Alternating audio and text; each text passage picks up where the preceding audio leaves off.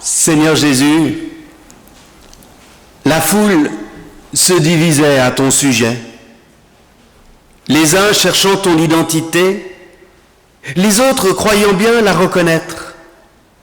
Pour nous aussi, tu es toujours celui que l'on cherche, celui qui échappe à nos prises, toujours au-delà de tout discours. Que ton évangile garde vivante en nous cette question: qui es-tu, Seigneur Jésus? Car cette question est celle de l'amour, inépuisé, toujours relancé. Car tu es, tu étais et tu viens à jamais. Amen. Et je vous invite à prolonger cette invocation en prenant le beau psaume numéro 67 que vous trouvez à la page 80. C'est un peu compliqué, mais c'est à la page 80 du recueil Alléluia que vous trouvez le psaume 67. Que Dieu nous bénisse et nous garde.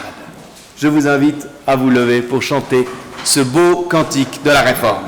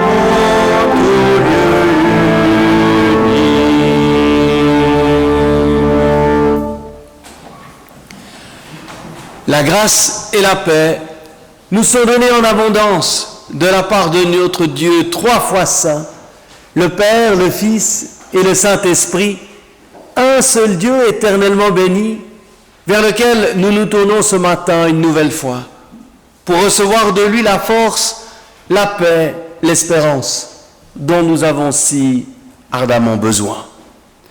bienvenue. Bienvenue à chacune et chacun d'entre vous ce matin. Une bienvenue toute particulière si vous êtes ici de passage ou pour la première fois. Soyez tout particulièrement les bienvenus. Nous arrivons tranquillement à la fin de l'été, la reprise s'annonce et c'est vrai que ce matin nous entrons dans un nouveau cycle de prédication. Je dois ce matin, avant toute chose, excuser ma collègue Isabelle Juillard qui nous représente auprès de la communauté baptiste des Eaux Vives qui inaugure leur nouveau local. Et comme nous avons des bons liens avec cette communauté, il était important que nous puissions être représentés. Elle nous salue donc. C'est ce matin le début d'une série de 5 cultes sur le thème foi et démocratie. C'est vrai que quand on voit la situation du monde, les attaques sur notre système démocratique, il y a de quoi être inquiet. Ne pouvons-nous que nous taire et subir? La pire attitude, en tout cas, serait celle de l'indifférence ou de la passivité. En tant que chrétiens, comme communauté enracinée dans les valeurs évangéliques, quel peut être alors notre rôle? Quelles paroles avons-nous à porter? Ce sont là des questions difficiles. La paroisse n'a pas vocation à entrer dans l'arène politique. Certes non, mais l'Évangile ne peut être indifférent aux questions du monde. Ce sont à ces questions que s'est attelé le conseil de paroisse et il en découle pour cet automne la proposition d'une série de 5 cultes et de 3 apéros théologiques sur ce thème de foi et démocratie. Et en plus, il y aura le séminaire de mon collègue Vincent sur le thème de la liberté. Alors nous commençons ce matin avec notre premier sujet de réflexion, qui est de savoir, et ce n'est pas une question facile, l'Évangile est-il politique? Mais avant notre réflexion, prions avec le psaume 85. Montre-nous ta fidélité, Seigneur, et donne-nous ton salut. J'écoute ce que dit Dieu, le Seigneur. Il dit paix pour son peuple et pour ses fidèles, mais qu'ils ne reviennent pas à leur folie. Son salut est tout proche de ceux qui le craignent et la gloire va demeurer dans notre pays. Fidélité et vérité se sont rencontrées. Elles ont embrassé paix et justice. La vérité germe de la terre et la justice se penche du ciel. Le Seigneur lui-même donne le bonheur et notre terre donne sa récolte. La justice marche devant lui et ses pas tracent le chemin. Amen. Chantons avec le cantique de Marie maintenant. Un cantique presque, j'ose le mot, révolutionnaire, puisqu'il annonce le renversement des puissants. Je vous trouvais ce cantique à la page 212. Nous chanterons les strophes 1, 5, 6 et 8. Page 212, les strophes 1, 5, 6 et 8. Nous nous levons pour chanter.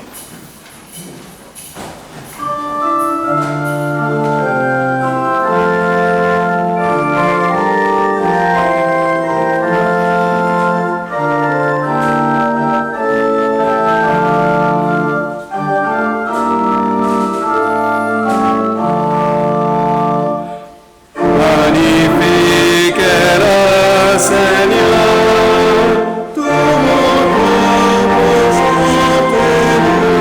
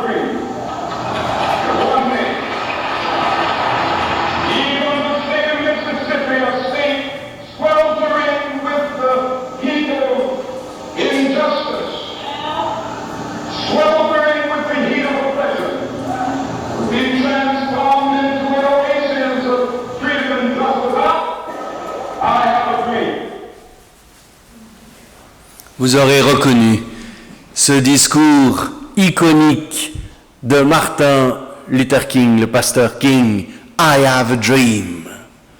Il fait partie des grands moments de l'histoire et il rappelle la force de l'Évangile et combien l'Évangile ne s'occupe pas seulement des affaires du ciel.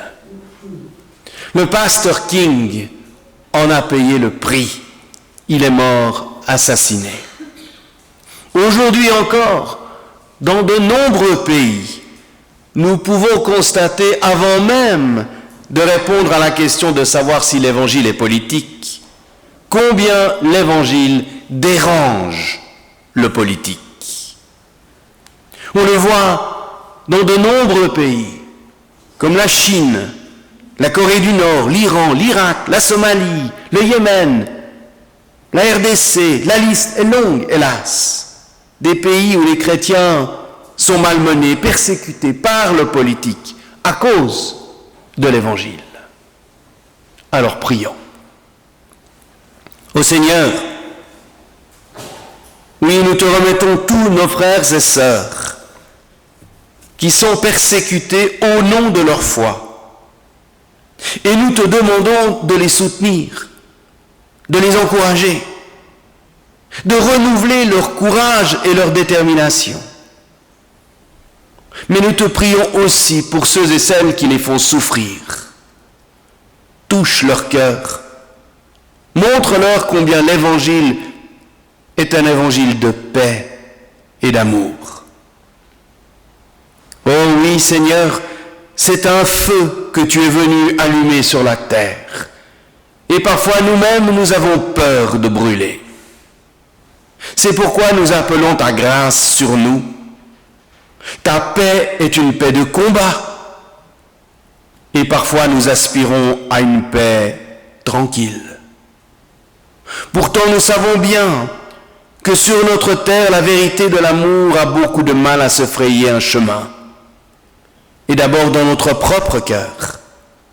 Que d'obstacles.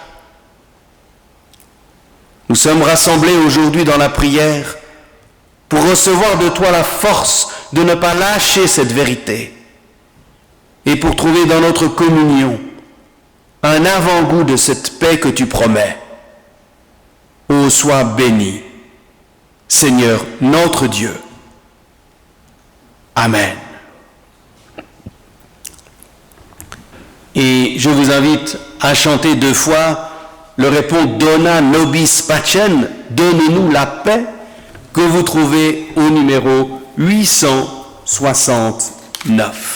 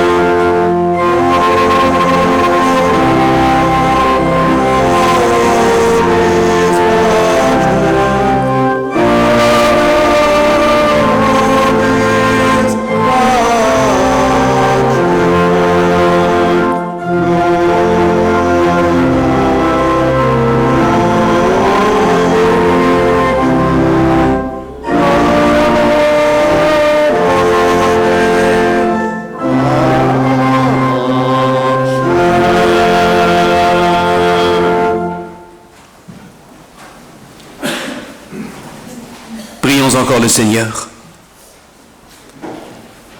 Au moment d'ouvrir les Écritures, Seigneur, nous te le demandons, envoie sur nous ton Esprit Saint pour que ta parole puisse venir s'inscrire au plus profond de notre cœur et éclairer notre vie.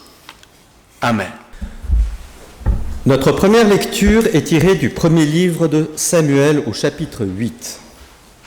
Après avoir traversé la mer et être arrivé en terre promise, le peuple est conduit par des juges, hommes et femmes du reste, mais après le peuple veut devenir comme les autres peuples et aspire à avoir un roi, un chef. Samuel n'y est pas favorable, mais finira par accéder à cette demande. Et nous lisons donc Samuel chapitre 8, versets 4 à 20. Tous les anciens d'Israël se rassemblèrent et vinrent trouver Samuel à Rama. Ils lui dirent : « Te voilà devenu vieux, et tes fils ne marchent pas sur tes traces. Maintenant donc, donne-nous un roi, pour nous juger comme toutes les nations. » Il déplut à Samuel qu'ils aient dit : « Donne-nous un roi pour nous juger. » Et Samuel intercéda auprès du Seigneur. Le Seigneur dit à Samuel : « Écoute la voix du peuple en tout ce qu'ils te diront. Ce n'est pas toi qu'ils rejettent, c'est moi. Ils ne veulent plus que je règne sur eux.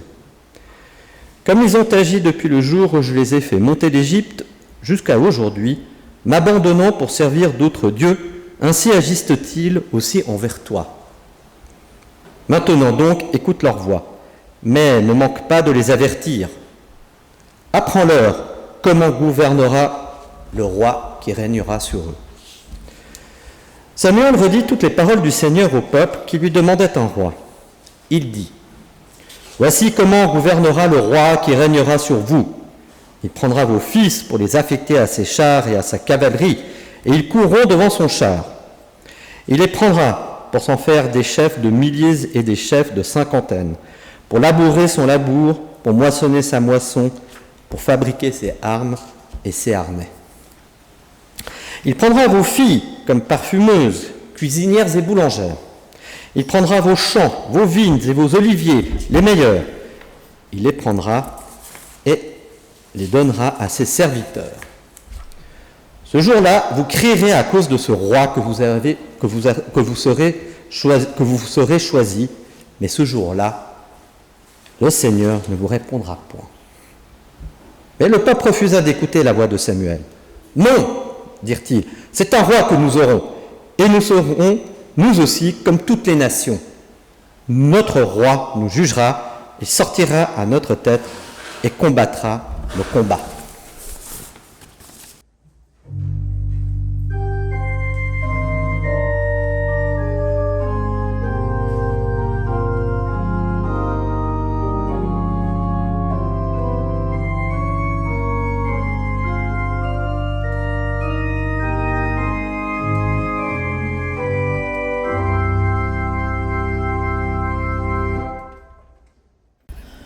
Notre deuxième lecture est tirée de l'Évangile selon Marc au chapitre 12. Ils envoient auprès de Jésus quelques pharisiens et quelques hérodiens pour le prendre au piège en le faisant parler. Ils viennent lui dire : « Maître, nous savons que tu es franc et que tu ne te laisses pas influencer par qui que ce soit. Tu ne tiens pas compte de la condition des gens, mais tu enseignes les chemins de Dieu selon la vérité. Est-il permis, oui ou non, de payer les tributs à César ? Devons-nous payer ou ne pas payer ? » Mais lui, connaissant leur hypocrisie, leur dit : « Pourquoi me tendez-vous un piège ? Apportez-moi une pièce d'argent que je vois. » Ils en apportèrent une. Jésus leur dit : « Cette effigie et cette inscription, de qui sont-elles ? » Ils lui répondirent : « De César. » Jésus leur dit : « Rendez à César ce qui est à César, et à Dieu ce qui est à Dieu. » Et il restait à son propos dans un grand étonnement. Enfin, notre troisième lecture est tirée du récit de la Passion selon Jean au chapitre 28, le fameux dialogue entre Pilate et Jésus. Pilate rentra donc dans la résidence. Il appela Jésus et lui dit « Est-ce toi le roi des Juifs ?» Jésus lui répondit « Dis-tu cela de toi-même ou d'autres te l'ont-ils dit de moi ?» Pilate lui répondit « Est-ce que je suis juif, moi ? Ta propre nation, les grands prêtres t'ont livré à moi. Qu'as-tu fait ?» Jésus répondit « Ma royauté n'est pas de ce monde.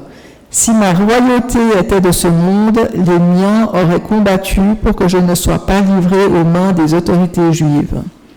Mais ma royauté maintenant n'est pas d'ici. » Pilate lui dit alors « Tu es donc roi ?» Jésus lui répondit « C'est toi qui dis que je suis roi, je suis né et je suis venu dans le monde pour rendre témoignage à la vérité. Quiconque est de la vérité écoute ma voix. » Pilate lui dit « Qu'est-ce que la vérité ?»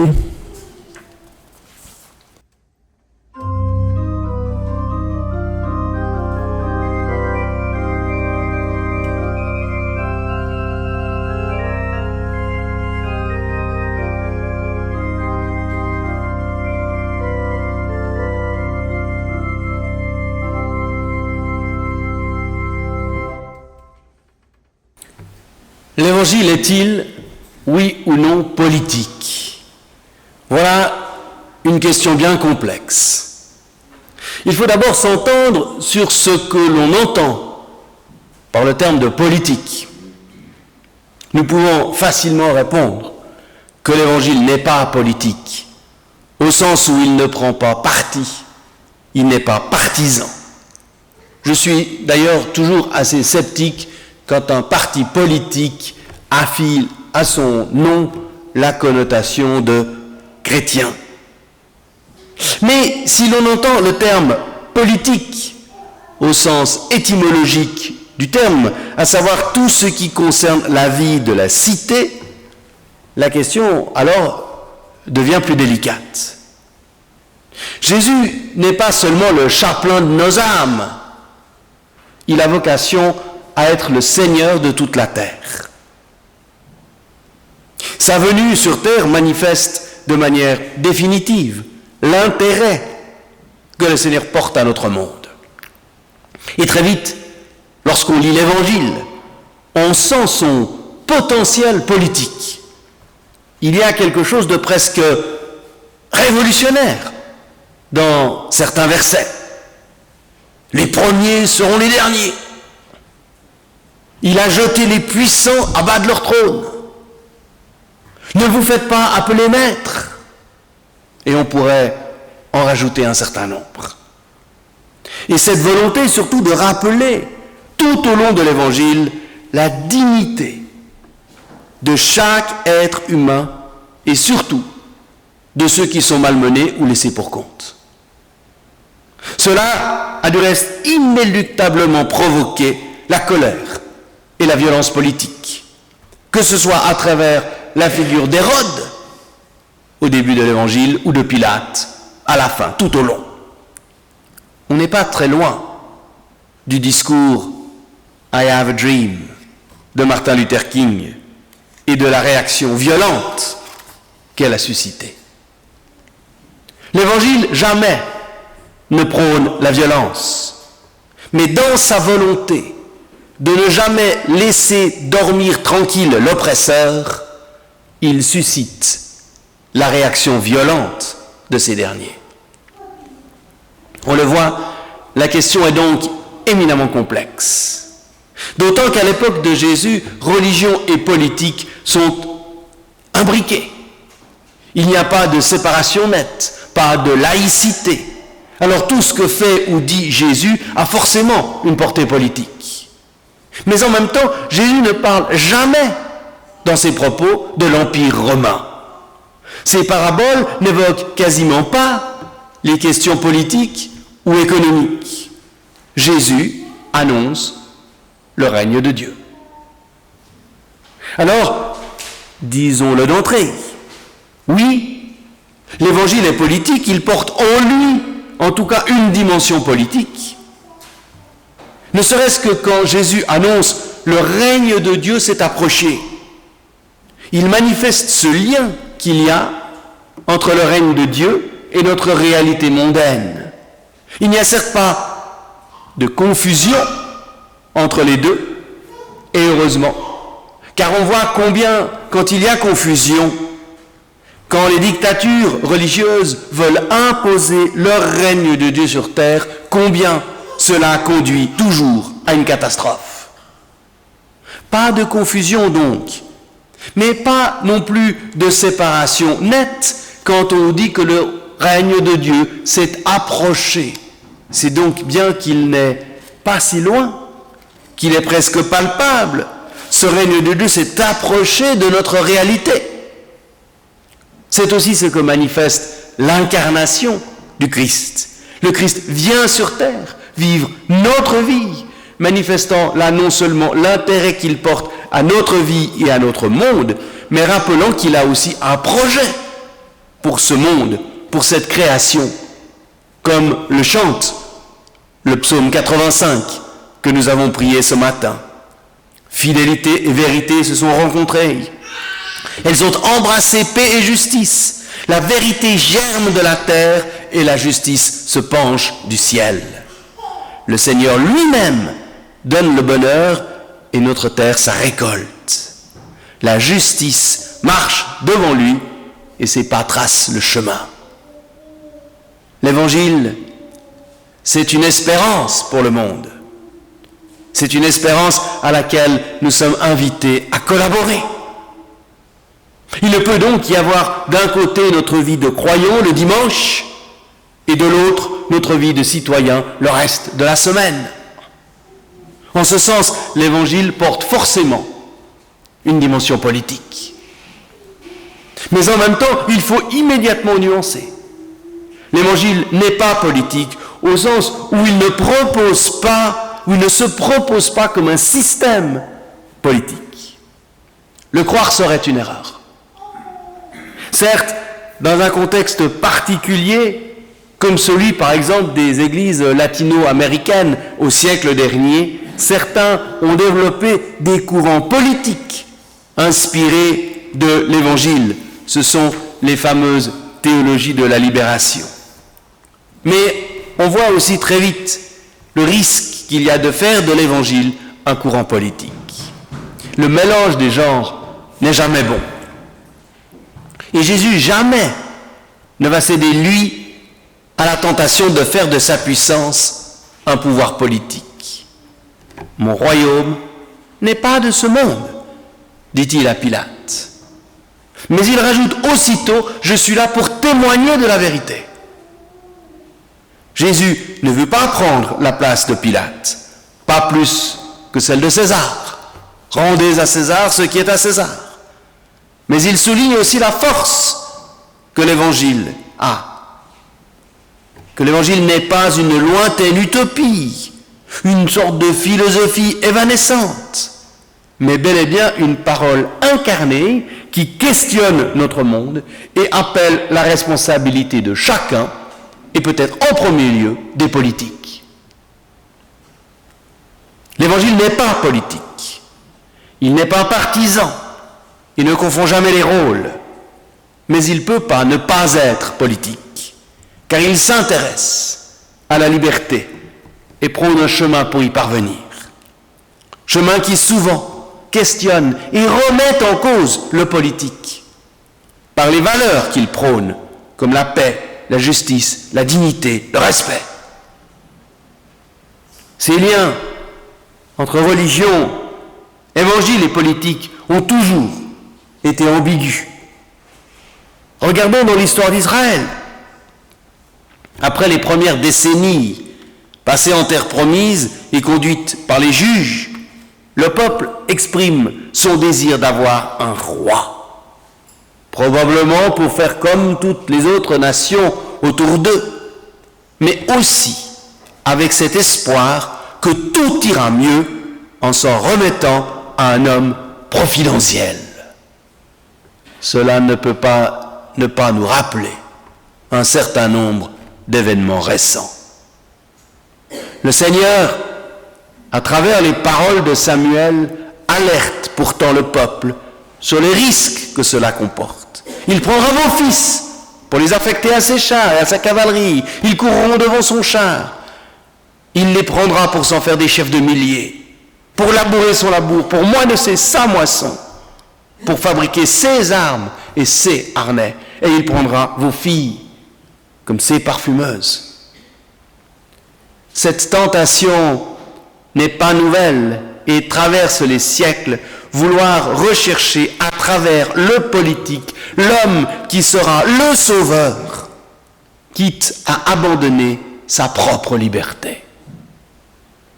Il y a dans la Bible ce passage étonnant dans le livre des Juges, au chapitre 9, lorsque Abimelech a pris par la force tout le pouvoir pour lui seul, et finalement tous les autres autour de lui s'abaissent et reconnaissent son autorité, tous les propriétaires de Sichem. Seul Jotham lui résiste et dit alors cette parabole étonnante, celle des arbres. Les arbres s'étaient mis en route pour aller oindre celui qui serait leur roi. Ils dirent à l'olivier, « Règne donc sur nous !»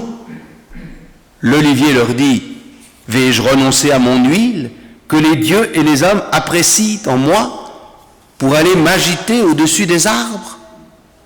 Les arbres dirent au figuier, « Viens donc, toi, régner sur nous !» Le figuier leur dit, « Vais-je renoncer à ma douceur, à mon bon fruit, pour aller m'agiter au-dessus des arbres ?» Les arbres dirent alors à la vigne, « Viens donc, toi, régner sur nous !» Mais la vigne leur dit, « Vais-je renoncer à mon vin, qui réjouit les dieux et les hommes, pour aller m'agiter au-dessus des arbres ?» Alors tous les arbres dirent au buisson d'épines, « Viens donc, toi, régner sur nous !» Le risque est grand de voir le peuple aujourd'hui comme hier être aveuglé par le politique. Jésus, malgré les pressions, a toujours renoncé à toute forme d'ambition politique. Les rôles ne doivent pas être mélangés. C'est aussi ce qu'il rappelle dans ce passage de « Rendez à César ce qui est à César ». Par cette phrase, non seulement Jésus refuse toute confusion, mais il remet aussi César à sa place, ce qui n'était pas sans risque. En déclarant « Rendez à César ce qui est à César et à Dieu ce qui est à Dieu », de fait, Jésus souligne que César n'est pas Dieu. Ni César, ni Trump, ni aucun de ces autocrates qui se prennent pour le Messie, et qu'en aucun cas, il ne s'agit de rendre un culte à César. Sans séparation, mais sans confusion, chacun son rôle. En quelque sorte, Jésus profane le politique. César n'est pas Dieu. Le politique ne pourra jamais remplacer le Messie. Car le Dieu de Jésus-Christ a choisi de venir rencontrer l'humanité, non pas à travers la figure du politique puissant, ce qui sera du reste reproché à Jésus jusque sur la croix. Toi, qui es le roi des Juifs, descends de la croix, si tu es le Messie. Mais Dieu a choisi de rencontrer l'humanité, non pas à travers la figure du politique puissant, mais à travers l'humilité et l'humanité de Jésus de Nazareth, fils de Marie et de Joseph le charpentier. Et ce discours-là est inaudible pour le politique qui veut être pris pour Dieu. Mais ce discours est inaudible aussi pour les religieux qui veulent faire de leur Dieu un super César régnant sur terre. On a souvent reproché à Calvin d'avoir voulu faire de Genève une forme de théocratie qui aurait donné tout le pouvoir aux religieux. Mais c'est faux, et c'est surtout très très mal connaître la théologie de Calvin, qui précisément insiste lourdement, plus que tous les autres réformateurs, sur la responsabilité du politique pour gérer la cité. Mais comme Jésus avait rappelé que César n'était pas Dieu, Calvin rappelle que le roi Soleil n'est pas Dieu et qu'on n'a pas de culte à lui rendre. Le politique est essentiel à la vie de la cité. Il a tout son rôle et ne doit en aucun cas être confondu avec le domaine religieux. Le politique doit demeurer au service du bien commun. Mais la tentation est toujours grande pour le politique d'inverser la démarche, non plus servir, mais se servir du bien commun à ses propres fins. Et c'est là qu'intervient l'Évangile pour rappeler au politique son rôle. Calvin insiste lourdement sur la notion précisément de responsabilité, la responsabilité du politique. Et plus on a de pouvoir, plus on a de responsabilité à assumer à l'égard d'autrui. Et ce n'est pas facile. Mais la responsabilité est aussi celle de tout un chacun. Or là, le risque est grand de se défausser de sa responsabilité au profit d'un messie politique qui promet de régler toutes choses et d'offrir la sécurité. L'Évangile est politique, non pas dans la recherche du pouvoir, ce serait succomber à une tentation perverse, mais dans la mesure où il doit sans cesse, en quelque sorte, demeurer dans l'opposition, dans la vigilance, pour rappeler aux politiques sa mission de service sur la base des valeurs communes que sont la justice, la liberté, la dignité, le respect. Et c'est ce que fit avec courage l'évêque presbytérienne Marianne Butter. Honneur à elle face à Trump au lendemain de l'investiture de ce dernier, en lui rappelant ses devoirs de chef d'État de protection envers des plus vulnérables. Ce qui eut pour effet de rendre furieux Trump et son entourage et de la menacer physiquement, personnellement. Toute la question est alors celle de savoir jusqu'où nous devons aller dans notre rôle d'interpellation. Le célèbre théologien Karl Barth disait qu'un pasteur devait, pour préparer une bonne prédication, avoir dans une main la Bible et dans l'autre le journal, histoire de montrer que nos prédications doivent être enracinées dans le quotidien. En effet, si nos prédications ne parlent que de soigner notre âme et de ressourcement spirituel, ce qui est certes important à faire, absolument aussi, oui, mais si nous ne faisons que cela risque d'être un peu court à terme. C'est du reste ce que souhaitent souvent les politiques, mécontents de l'engagement des églises et qui voudraient que celles-ci s'occupent exclusivement des affaires du ciel en les laissant, eux, régler les affaires du monde. Mais si nous obéissons à cette injonction, notre parole risquerait d'être vide, complètement déconnectée de la réalité de la vie de nos paroissiens. Il y a donc un savant dosage à trouver pour que l'Évangile à la fois résonne comme une parole qui transcende le temps et la réalité mondaine pour nous permettre de toucher une réalité spirituelle qui nous rejoint au plus profond de notre être, indépendamment des contingences humaines et des réalités politiques, et en même temps comme une parole incarnée dans notre réalité qui ne peut faire fi des enjeux économiques, sociaux, environnementaux, politiques. Alors certes, mon royaume n'est pas de ce monde, nous rappelle le Christ.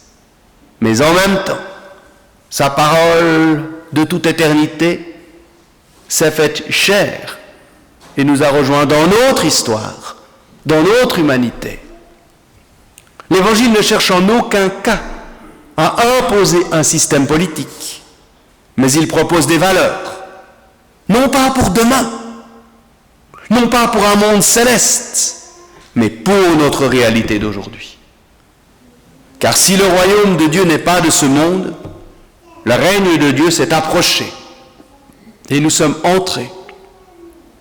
dans ce temps du déjà et pas encore, où nous pouvons déjà sentir les prémices de ce royaume de paix. Le Seigneur, et c'est peut-être ce que nous découvrons de plus surprenant dans la foi, compte sur nous pour travailler à ce règne de paix.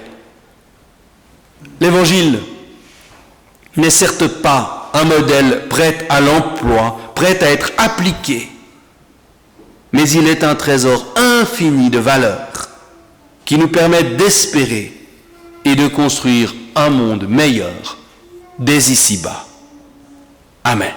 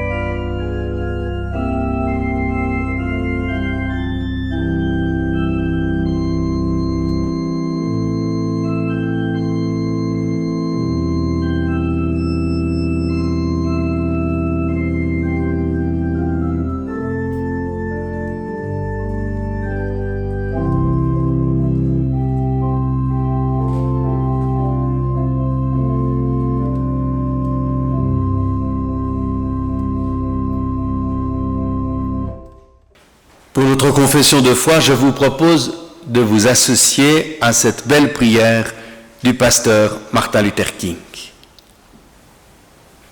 Aujourd'hui, dans la nuit du monde et dans l'espérance, j'affirme ma foi dans l'avenir de l'humanité.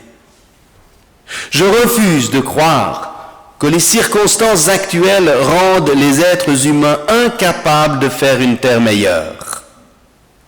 Je refuse de partager l'avis de ceux qui prétendent que l'humain est à ce point captif de la nuit que l'aurore de la paix et de la fraternité ne pourra jamais devenir une réalité. Je crois que la vérité et l'amour sans condition auront le dernier mot, effectivement.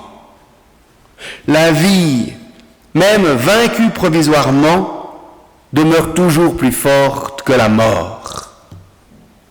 Je crois fermement qu'il reste l'espoir d'un matin radieux. Je crois également qu'un jour toute l'humanité reconnaîtra en Dieu la source de son amour. Je crois que la bonté pacifique deviendra un jour la loi. Le loup et l'agneau pourront s'asseoir ensemble. Chacun pourra s'asseoir sous son figuier, dans sa vigne, et plus personne n'aura plus de raison d'avoir peur. Amen. Et pour que cette espérance prenne forme, je vous invite à vous associer à la prière de Saint François d'Assise que nous allons dialoguer avec Guillaume et Natacha. Vous la trouvez sur les feuillets à la dernière page et je vous inviterai à dire les phrases qui sont écrites en italique. Seigneur, fais de nous un instrument de ta paix. Là où est la haine, Que nous mettions l'amour. Là où est l'offense, Que nous mettions le pardon. là où est la discorde, que nous mettions l'union. là où est l'erreur, Que nous mettions la vérité. là où est le doute, Que nous mettions la foi. là où est le désespoir, Que nous mettions l'espérance. là où sont les ténèbres, que nous mettions la lumière. là où est la tristesse, Que nous mettions la joie. Ô Maître, donne-nous de ne pas tant chercher À être consolé qu'à consoler. à être compris qu'à comprendre, À être aimé qu'à aimer.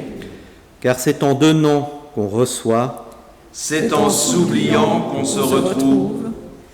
c'est en pardonnant qu'on est pardonné, C'est en mourant qu'on ressuscite à l'éternelle vie. Amen.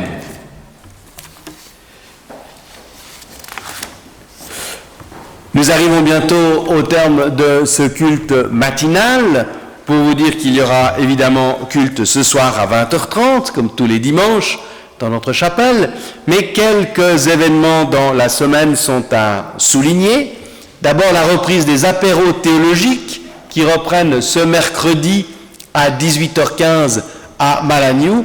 Dans la suite de la prédication de ce matin, la question que nous abordons est celle de savoir si les chrétiens doivent forcément être pacifistes. Pacifistes, pas pacifiques, c'est encore une autre chose. Pacifistes. Il y aura également une célébration à 15h vendredi à Arcanville, dans le quartier de la Roseraie, plein palais, que j'aurai le plaisir de célébrer avec Michel Scherer et son équipe. Et puis dimanche prochain, nous vivrons un culte qui rassemble toutes les familles, il y aura les enfants, il y aura beaucoup de jeunes aussi, puisque les catéchumènes et différents anciens catéchumènes seront nombreux à être présents.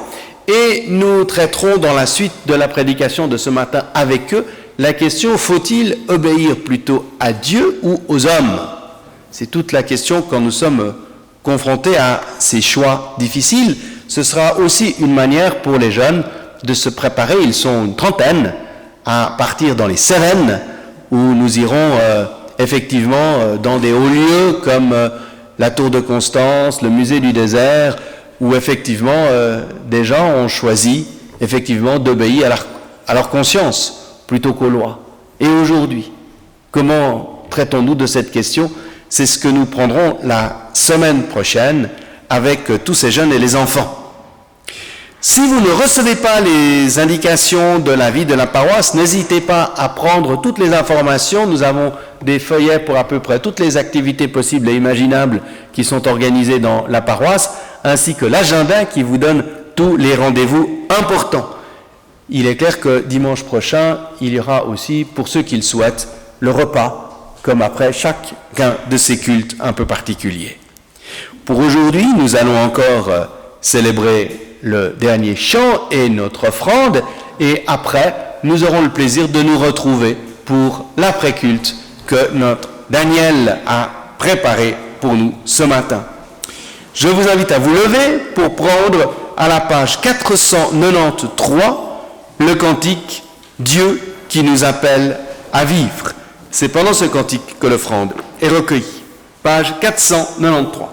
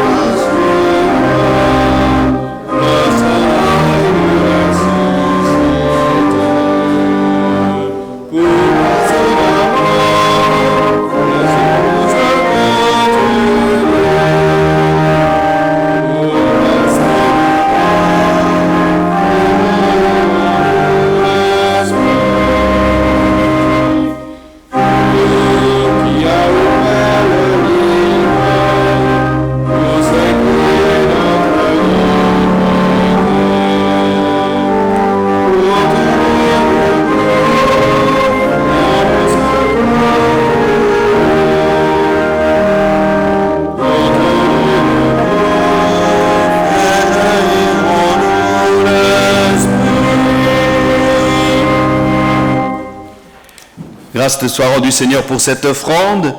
Nous te rendons grâce pour tout ce que tu nous donnes, notre manne chaque matin. Apprends-nous à partager ce que nous avons reçu de toi, non pas dans un acte de bonté, mais simplement dans un acte de justice. Et recevons maintenant les prières d'envoi. Dieu, qui a envoyé ton Fils dans le monde pour lui faire connaître la tendresse infinie que tu portes à chacun, suscite en notre humanité des artisans et des artisanes de paix, ouverts à son esprit. Fais-nous porter par l'accueil de sa paix en nous un fruit de justice, de droiture dans le service de nos frères et sœurs. Fais-nous jour après jour devenir disciples de Jésus, qui par le mystère de son incarnation et de sa Pâque est devenu pour nous le médiateur de ta paix, promise à toutes et à tous. Et je vous invite alors à réunir maintenant toutes nos prières dans celles que le Seigneur nous a enseignées. Notre Père qui es aux cieux, que ton nom soit sanctifié, que ton règne vienne, que ta volonté soit faite sur la terre comme au ciel. Donne-nous aujourd'hui notre pain de ce jour. Pardonne-nous nos offenses, comme nous pardonnons aussi à ceux qui nous ont offensés. Et ne nous laisse pas entrer en tentation, mais délivre-nous du mal, car c'est à toi qu'appartiennent le règne, la puissance et la gloire au siècle des siècles. Amen.